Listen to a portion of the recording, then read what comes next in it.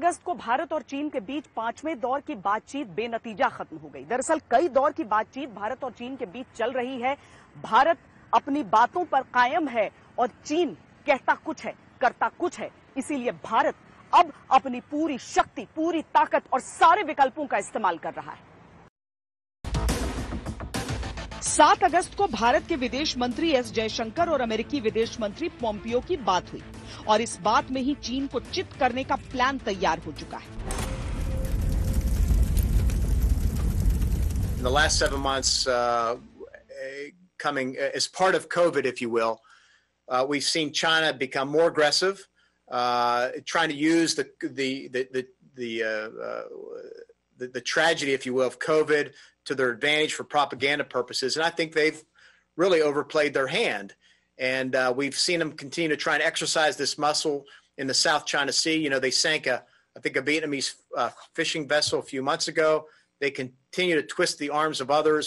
They deploy troops along the line of actual control in India. So again, we see them acting out in a way that is inconsistent with, you know, international norms, rules of behavior, if you will.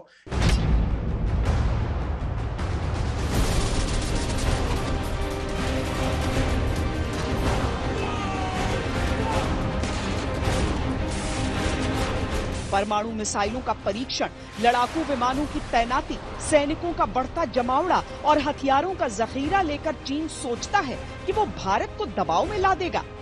लेकिन यह भारत है जो शांति के शास्त्रों के साथ साथ युद्ध के शस्त्र चलाना भी किसी से कहीं अधिक बेहतर ढंग से जानता है। भारत ने जो ताजा जवाब दिया है चीन को, वो उसकी हेकड़ी पर भारत की हिम्मत का हथौड़ा है। चीन के साथ संतुलन तक पहुंचना आसान नहीं।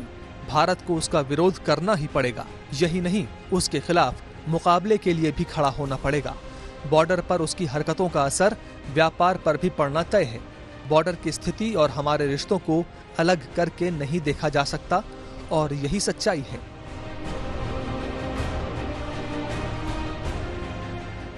विदेश मंत्री का ये बयान चीन के लिए बिल्कुल स्पष्ट चेतावनी है। इस स्पष्टता में स्वाभिमान की शक्ति की झलक है और ये झलक ही चीन का नया डर है। झड़प का जवाब गलवान में दे दिया गया था, युद्ध की स्थिति का जवाब युद्ध के माहौल में दे दिया जाएगा और यही दिखती है भारत की वो शक्ति जो बीजिंग तक हलचल पैदा कर रही है। हम वो लोग हैं जो बांसुरीधारी कृष्ण की पूजा करते हैं, तो हम वही लोग हैं जो सुदर्शन चक्रधारी कृष्ण को भी आदर्श मान करके चलते हैं। इसी प्रेरणा से हर आक्रमण के बाद भारत और सशक्त होकर उभरा है। साथियों, राष्ट्र की, दुनिया की, मानवता की प्रगति के लिए शांति और मित्रता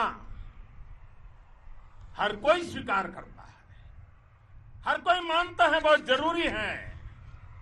लेकिन हम ये भी जानते हैं कि शांति निर्बल कभी नहीं ला सकता। कमजोर शांति की पहल नहीं कर सकता। प्रधानमंत्री मोदी की बातों को डिकोड करना मुश्किल नहीं। उदाहरण भगवान कृष्ण का हो या श्री राम का, शत्रुओं के लिए शक्ति और सामर्थ्य का संकेत साफ है।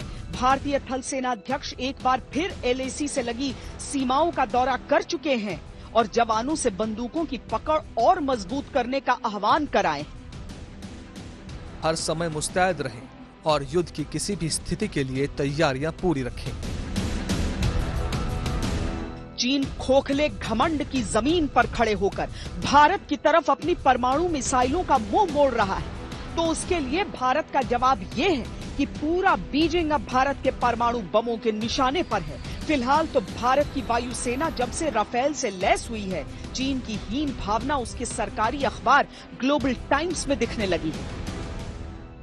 भारत ने हाल ही में 5 राफेल लड़ाकू विमान हासिल किए हैं, जिन्हें हमारे J-20 लड़ाकू विमानों से बेहतर बताया जा रहा है। लेकिन हमारे डिफेंस एक्सपर्ट्स के अनुसार J-20 राफेल से बेहतर है। कौन बेहतर है या कौन बेहतर ढंग से लड़ा, ये तब साबित हो जाएगा जब इसका समय आएगा।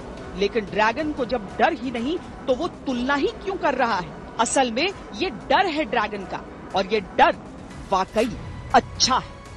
ख्याल आने से ये बहुत बड़ा संदेश जाएगा चीन और पाकिस्तान को कि वर्ल्ड का सबसे बेस्ट फाइटर जेट अब हिंदुस्तान के आर्मरी में है, और हिंदुस्तान की फौज, एयरफोर्स 2 फ्रंट सिनेरियो पे लड़ने की क्षमता रखती है। इससे इंडियन एयरफोर्स का मोराल ऊपर होगा, इंडियन एयरफोर्स के पायलट्स का मोराल ऊपर होगा, दुश्मनों के दांत खट्टे होंगे, दुश्मनों की नींद हराम होगी। तो ये जो प्रोक्योरमेंट और डिलीवरी है ये बहुत ही स्ट्रैटेजिक है।